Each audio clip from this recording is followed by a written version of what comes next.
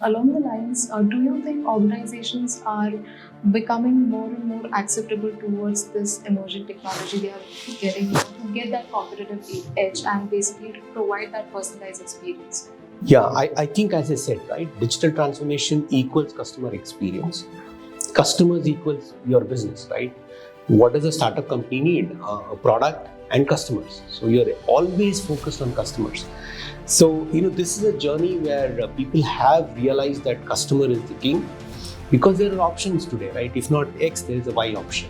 So at this juncture, if you were to take my experience in the last 12 months, I am seeing a lot of customers really coming back with meaningful discussions on AI and incorporation of AI. I think that AI-human harmony is very important. We need to ensure that the AI is trained to speak in that way, which exactly is what we need to do in the CX space also.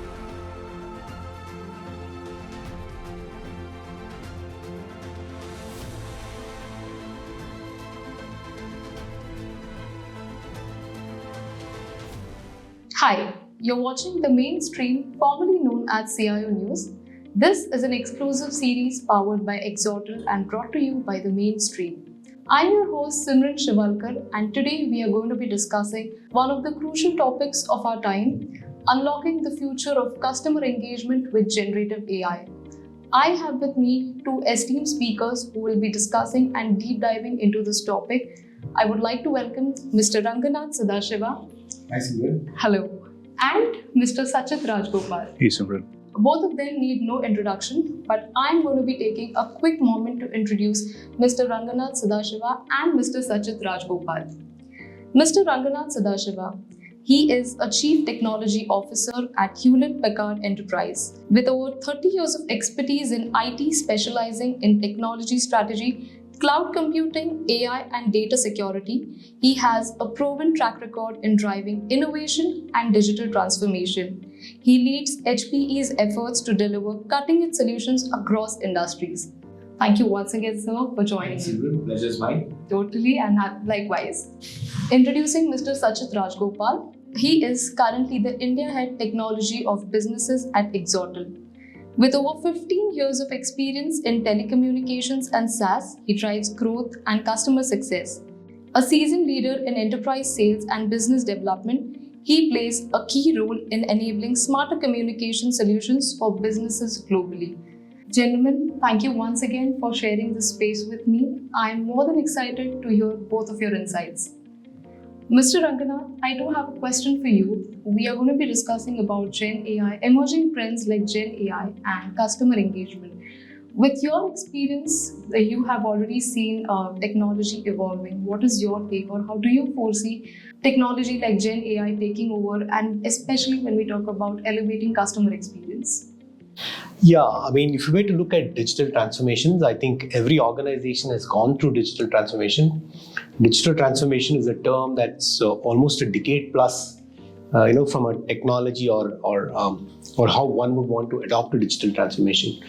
So the essence of any digital transformation journey is customer experience, right? The end goal of digital transformation is to have the right customer experience. And, to get to that goal, there are various means that you can use. And the things that we were doing, say, about 2 to 3 years ago was more in terms of having a digital footprint, trying to digitize your businesses to reach to your customer, which could, as an example, be that you suddenly have your digitized services where you can reach your customers 24/7. That's a simple example of how digitization took place. So 2 years ago, when ChatGPT happened, we heard this term called generative AI. And that's got a tremendous influence on various attributes in a customer journey, also across various other things as well, right? For me, if I reason that out to say why is generative AI so important as a technology, it's purely because it's a very interactive technology. When interaction is very basic to human nature. Right? You would want to speak to somebody in a language, you would want to draw pictures, you would want to sing songs. So, generative AI is that kind of a tool where the machine essentially speaks your language, makes the choices of, whichever, field mode that you would want. It's multimodal. It essentially comes back to you in a way and fashion that is very human-like. That's what generative AI is. And if you take the cross-section of your customer and customer experiences, it is essentially an organization meeting a customer, right? So there is an interaction that needs to happen.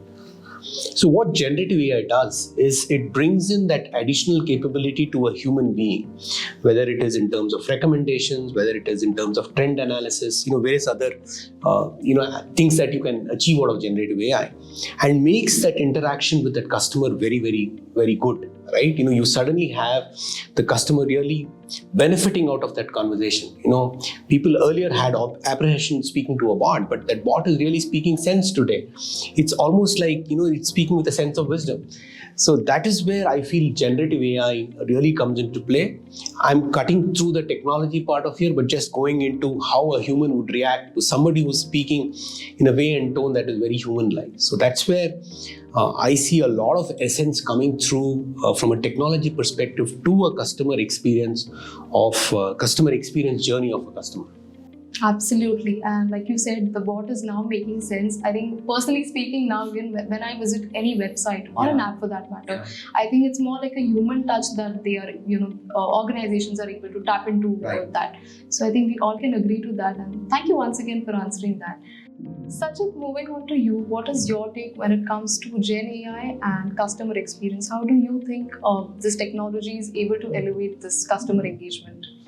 See, adding on to what Ranganath mentioned, I think he has covered most of it, but still I'll just try to add from whatever experience I have.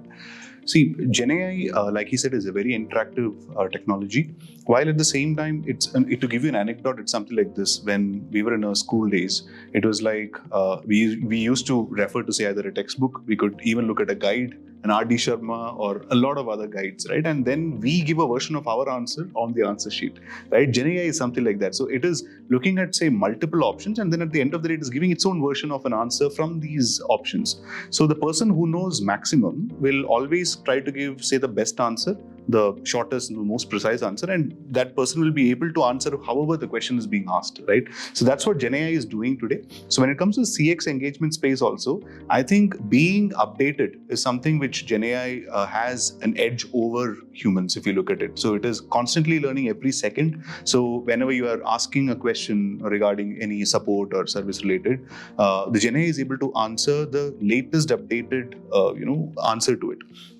which a human might not be able to do. So that's it upping its game, right? And it's learning every single time.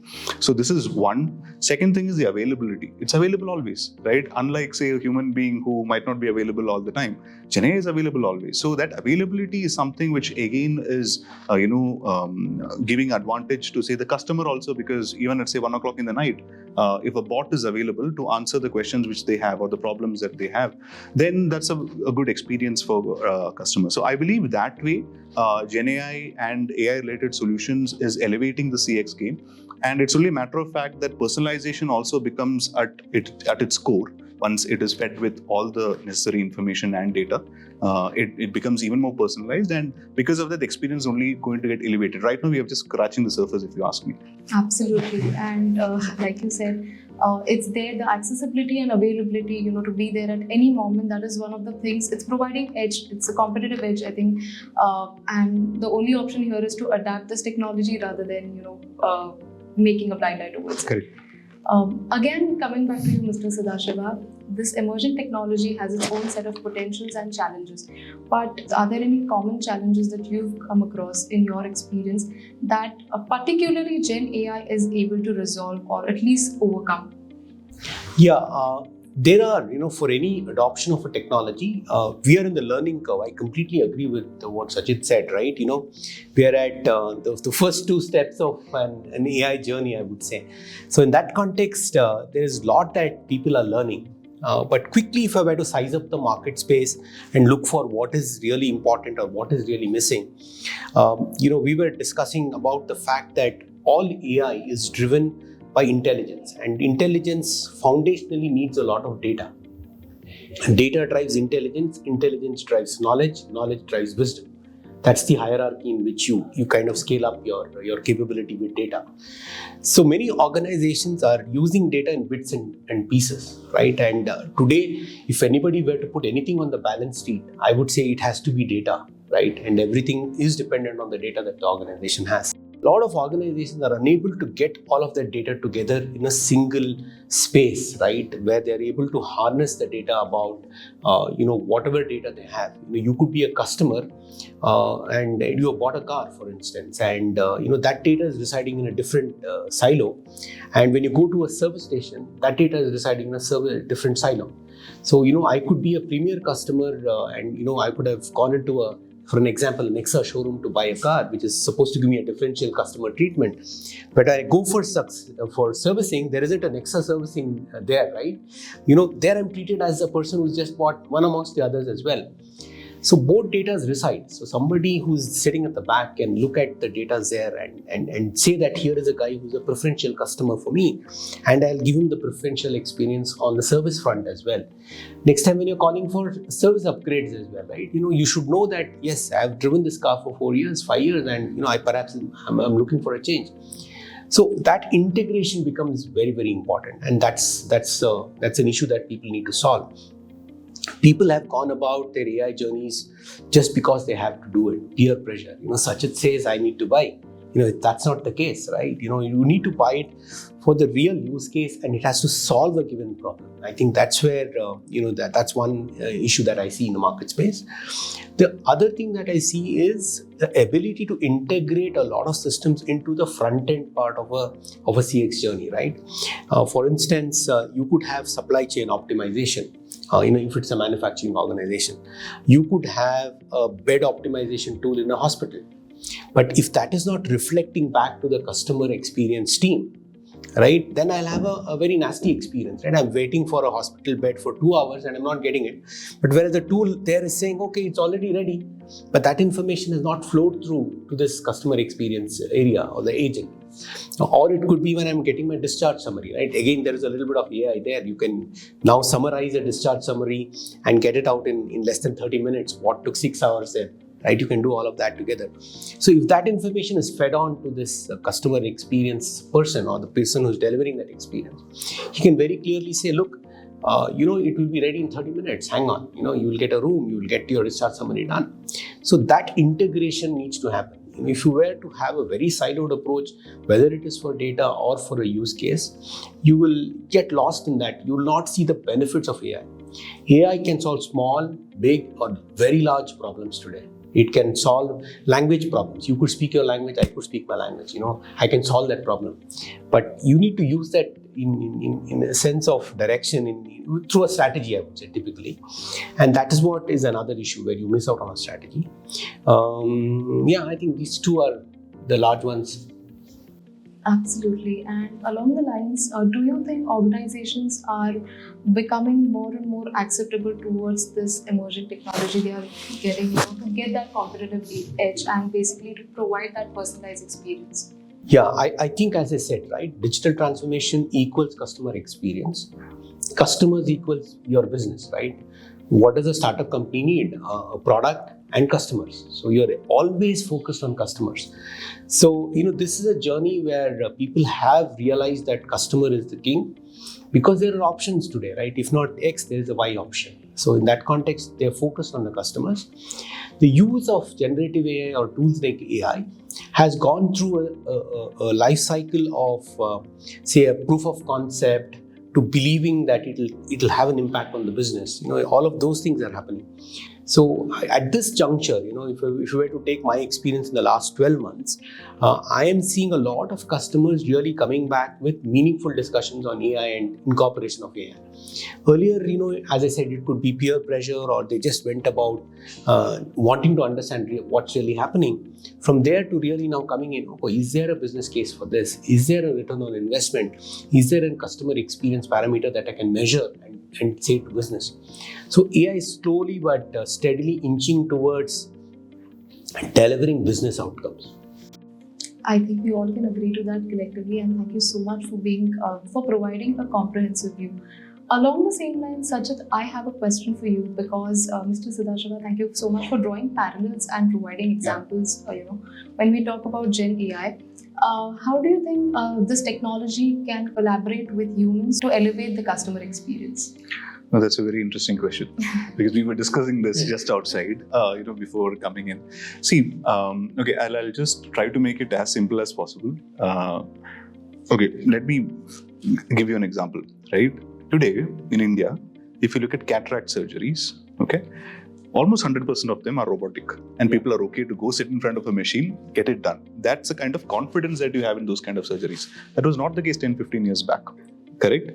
But will you do the same thing for an open heart surgery today? You will hesitate because you are not so confident that a robot will, with whatever AI technology it has, will be able to do that surgery for me, right? Similarly, today what is happening is people are trying to get to that cataract confidence level, cataract surgery confidence level with AI, that automation, everything is going to be, going to happen. But they are forgetting the fact that for that robot also to reach that level, there was a fair amount of human and doctor and medical intervention which taught that particular system that this is how it is done, and if things go south, then this is how you have to take care of things. So that level of intelligence or data or training was given to that robot to make it reach this level. Today, that's the same thing that even an AI requires, right? Now, you cannot expect it to do magic overnight unless it is given the right amount of data to train, learn, and then come to that level that you expect it to be. So what you have to do for that is you have to ensure that an AI is going through the right models of training, the right platforms are given to the AI, and more importantly, it tries to understand what it is replicating. Or, for instance, if it is replacing a human, what was that human doing earlier? Right? That's something the AI needs to learn. One thing which AI today lacks, and this is as per, say, leading journals across the world, is human, instincts like empathy, characters like sympathy, and all those kind of things, right? What we can provide as human beings. That's something that AI today doesn't have. But it needs to learn that in order to be in the CX space. For instance, if I, as a customer, is coming to an agent and telling that, my bank account is hacked, okay? The kind of expectation I have from that person is to sympathize with me and then give me a solution, right? If I'm talking to a bot also, that's the same kind of experience that I'm expecting. If that doesn't happen, that CX is gone out of the window. But in order to do that, I think that AI-human harmony is very important. We need to ensure that the AI is trained to speak in that way, which exactly is what we need to do in the CX space also. So just to give you an example, in what we are doing in today's world is that, suppose say there are contact centers and there are agents who are, say, taking calls or chat or whatever on the contact center. If we are replacing those agents with, say, AI as the first line of defense, we are also ensuring that the the agent is assisting the AI to come to their level. So which means even if, say, the AI bot is interacting with you, there's an agent who is monitoring that and then feeding the data to the AI that, hey, this is how you should answer this. If that keeps on happening, then over time there will be a stage where the AI will be able to do, say, 50, 60, 70% of the tasks which the agent used to do with that level of human empathy, right? So this is one example. Similarly, we are doing a lot of other things, but I think to reach that level is very important, and for that, AI for a foreseen future, maybe a few years, will need human assistance, and that you take any technology that will be required. And I think that's important, and we are trying to do that now. Yeah, actually, there are studies which are completely contrarian to this, right? Like he said, AI and humans together. The other way is humans working with AI. How do I work with an virtual assistant?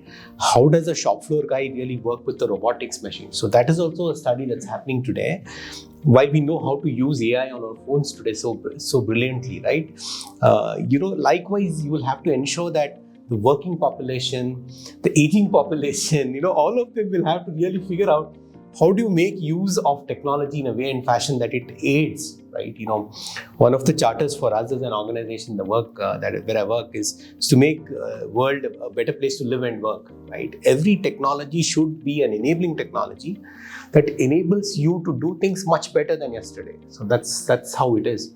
So here it works both ways, right? There is AI becoming human training in AI, and humans also kind of accommodating themselves, right? The best prompt engineers are the guys who get the best answers, right? So it's like I often get this parlance, sorry for this example, it's out of context, but it's like the olden days. ChatGPT is like the good old days, right? It's like going to a guru, and the question you ask leads to the answer. The prompt gives you the answer. The more detailed the question, the more he kind of delivers to you. So, I think we are going back to the Gurukul style with ChatGPT, and prompts are our innocuous questions to the Guru. Very well said. And I think even if we bridge the gap where we collaborate with technology to provide that human essence or human touch, I think the onus is also on the human population to leverage that technology. Correct. Only then we would be able to harness the potential very well. That's true. Coming back to you, Sachith, could you provide an example, because Exotel is about elevating customer engagement, any use case or an example where you were able to significantly see the change to drive this customer engagement? Yeah, quite a few of them actually. So I'll just, without naming, the firm, I'll just tell you this is globally one of the largest recruitment companies across the globe. So one of the challenges which they faced when in India operations were that, they had thousands of interviews happening parallelly between, say, their clients, which is corporates, and which includes maybe HP also, okay, and the candidates which they provide, right? Now the problem they were facing was that they couldn't evaluate every single interview recording, go through it and understand how many candidates were selected, how many were parked, how many will be rejected. All these were things which they couldn't evaluate from, say, the interview calls, etc. And that in a way was a problem as far as they were concerned to calculate the ROI, which means out of, say, if I had given X number of candidates, how many of them actually went to the next level. So that is where they get their remuneration. So that's how it is. So with, say, GenAI related solutions coming in a jiffy, the AI is able to understand from, say, the conversations using keyword searches or whatever be the logic, that how many of these candidates actually qualified, okay, to the next round, and how many of them were rejected, whether the candidate was interested, whether the company was interested. Up to that level, the dispositions, in one word, the AI was able to, say, give it at the end of the day. So what used to be like at the month end for a QA, a person to sit and analyze and come back, the AI was able to give at the end of the day, out of these many candidates, these many are selected, these many are rejected. So you can go ahead and ask for your ROI, claim your money from these companies at this level. So they informed us that with that, they are now able to, say, kind of understand what exactly is the problems also which is being faced, not just about ROI, but also the problems which were faced during the interviews. Some of them had connectivity issues, some of them were not the right candidates, that's all, the misfits in candidature, the expectation setting, all that is something which came through. I mean, so while it started as a mechanism to understand ROI, they then leveraged AI to understand more and more and more. It just evolved as a use case, and they understood that, okay, these are exactly the pain points at both the ends that we need to solve for. And now it is running so smoothly. So they were able to bring down their overall QA cost by around 40%, and also their candidates, the more candidates with better profiles went up, so they're able to provide more candidates, better candidates, and so on and so forth. So because of that, it was a win-win at both the ends, and they really appreciated that we were able to help them with that. So this is one thing which is coming to my head. There were a lot of others, but this was one which I personally worked on, so I know. Fantastic. And I think that is one of the best parts of the technologies like AI, or particularly GenAI, to get into the details and to provide the exact solution, at least by 80%, if not completely. But along the same lines, when we talk about future or long-term goals, what strategies do you recommend for organizations to adopt when you're embracing technologies like GenAI? So, okay, I think Ranganath is more of an expert on that question, but still I'll just try to answer it, and then maybe he can add on. Yes. So, see, one thing is that I personally, what I've seen is that GenAI as a solution from whatever models is there, while it is improving, it is also getting outdated pretty soon, right? A model is getting outdated every 3-4 months as we speak, okay? And because of that, what's happening is, if you don't select the right technology which is suitable for your business, that is going to be a wrong strategy, right? So you should understand what use case you need you want to solve, what exactly is the kind of models that you need. It need not necessarily be an LLM. We were discussing this outside. It can be an SLM or something which is very relevant for that particular firm, and then they should strategize it accordingly. You can do it on premise because of say regulation. So is that the right strategy? If you're doing on premise, of course you can do it, but what is the right model for that? It's not necessary that a right cloud model is the right on premise model. So how do you ensure that it is done?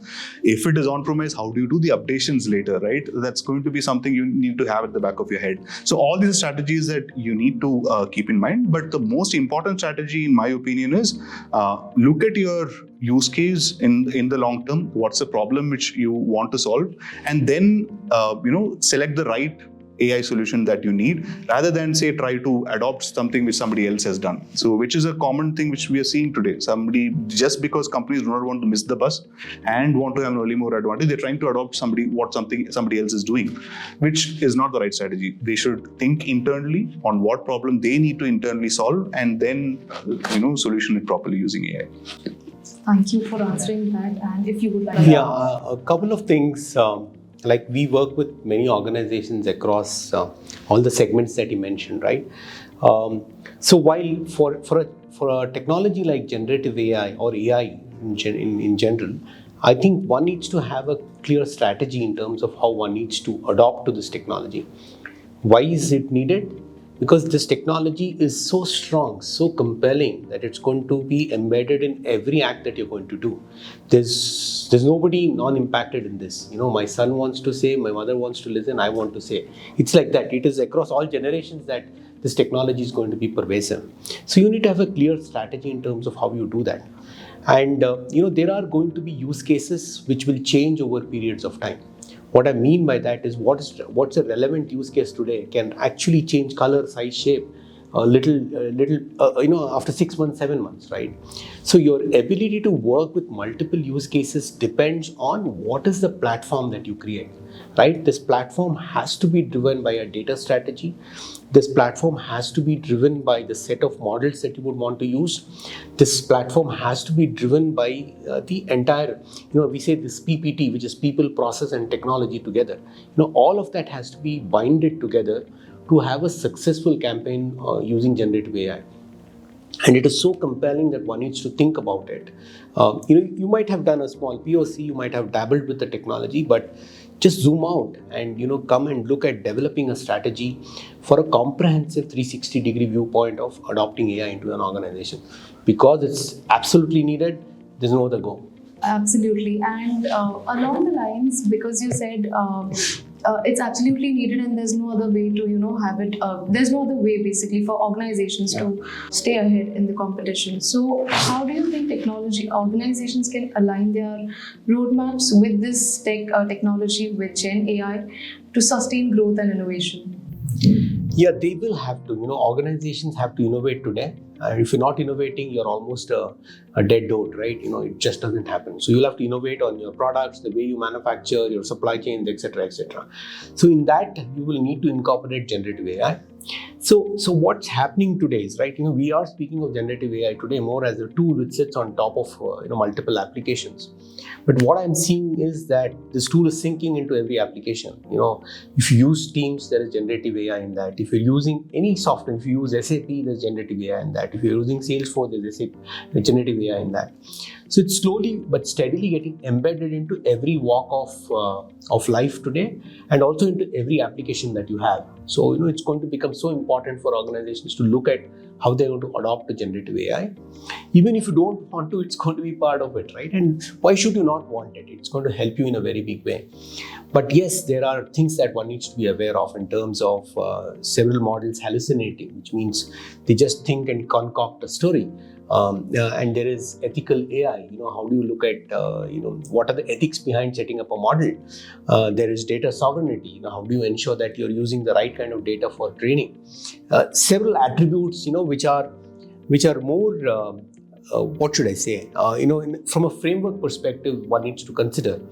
But at this point of time, it's a growing baby. It can eat anything and everything it wants. There's no need to restrict food on that. I think AI is something like that, where we're still just at the footstep of a long journey. Rightly said, because I think cloud had its era and now it's the time for AI. It's here to stay. But like you said, there is going to be a point where this technology is going to be outdated, maybe in the next couple of years or next 10 to 15 years. I just want to understand from both of you, what is the future of generative AI as an emerging technology in your personal perspective? I think we touched upon a couple of points. One is this is such a large stone that it's going to sink into everything that we do, right? So in that context, it's a technology that's very relevant. It's a technology that lets you speak like a human interaction. All technologies you had to learn. I had to learn programming to work with a computer. I had to figure out how to operate a robot. All those things there was a learning curve there. With generative AI, it's not a learning curve, right? You can interact, I can interact. People say it has democratized the knowledge base that we have ever had, right? Everyone has got access to that knowledge. So to that extent, I think generative is going to remain. But just kind of imagining wild there, I think, some point of time you would have solved many of these things, right? I was giving him the example of an LLM today. Beyond a certain model set and parameters, right? It is a solved problem. You have 55,000 words in English. The permutation and combination of all of that is a solved problem in LLM. What beyond that? Perhaps something like vision-based AI, right? Where my viewpoint of this room is very different from his. So I'm essentially trying to figure out something in a 3D or a 4D model. That's what, if I were to vividly think about it. Absolutely, and maybe perhaps one day we would be able to trust the heart operation, blindly when it comes to that. But anything that you would like to add, Sachith? Yeah, so adding on to what Ranganath said, in 2023, Gartner mentioned that only 8% of organizations in the world have started adopting AI in some way or the other. This is 23, okay? And they told that while evaluation is happening in almost 60 to 70% of the organizations. In 24, they came and told that adoption of AI will go up till 40% in the next 2 years, right? And this is in the CX space. So from say an 8% adoption, which they gave as an analysis in 23, in the next 3 years, which is 24 plus 2, they're telling that it will become 40%. Right, so that's the speed at which the adoption is happening. So this is here to stay. The adoption is, going to be massive, and this numbers will also be broken. I'm pretty sure, right? So as Ranganath said again, it is going to be a part and parcel of every single operation which we are seeing today. If there is no AI in it, then trust me, in the next 6 months to 1 year, I'm not even talking about say years. I'm talking about months. It will be there. So that's a pace at which adoption is happening. In fact, GPT, if I'm not wrong, is a faster adopted technology in the world till date. So that's the rate at which adoption of AI is going. It is here to stay. It is here to revolutionize. It is going to be the next big thing the world has ever seen. Without AI, in the next 1 to 2 years, companies are going to crumble, and that's also there. So yeah, I think we have to learn to live with it. And live in tandem with it. If that's not going to happen, then it's going to be difficult for us more than say AI. So we should keep that in mind. Yeah, if you've not done that, just jump into it. Yeah. I think we all can agree to that, because like you said, it's become a part and parcel of every field, right from creative field to technology. I think there's no way GenAI has left any space that it's untouched. Yeah. So I think adoption is the only key, and embracing this technology is the only way forward. And this conversation has been very insightful and very interesting. I think our audience and viewers have a lot to take away from this discussion. Before we conclude this session, I also have a small rapid fire plan for both of you. Just a couple of questions, and because it's a rapid fire, we need to be quick. So are you ready? Yeah, sure. All Sure. right. Mr. Sadasiva, I'll start with you, if that's okay. Yeah, sure. Let's Okay. All right. My first question, a gadget you cannot live without. I think it's the phone today, but somewhere I would want it to be biologically implanted into my hand. Interesting. One word to describe the future of customer interactions. Customer retention, better customer experience. Fantastic. What's one skill that you've always wanted to learn but haven't had the chance yet? Learning Samskrita. Okay. Maybe you can take off that from the bucket list soon. I hope so. Next one. What's the quickest win for businesses to adopt GenAI? Is return on investment and revenue generation. Absolutely. And the last one. what's the best piece of advice you have received as a leader? Stay relevant. I think that's an advice we all can take with us and keep can serve as a reminder to all of us. Sachith, moving on to you. You ready? Yeah. Okay. Describe Exotel in 3 words. 3 words. AI, human harmony. Okay, great. 1 word to describe the future of customer interactions. I think personalization. Interesting. AI, enhancing personalization or automating efficiency. You are my answer from the previous question. AI, personalization. Kind of guess that. Next one, an international destination from your bucket list. Norway. Wow. And if not tech, this is actually for both of you. If not technology, what career space would you have pursued? Teaching. So you? Something creative. Okay. Anything in particular like painting or just No, I'm a man of words, I guess. So some writing, perhaps. poetry perhaps? Yeah, I'm a small-time poet as well, but Maybe we can discuss that in the next session. But before we wrap up, I really want to take a moment to thank both of you for sharing your insights and joining me today. And I look forward to connecting back with you once again.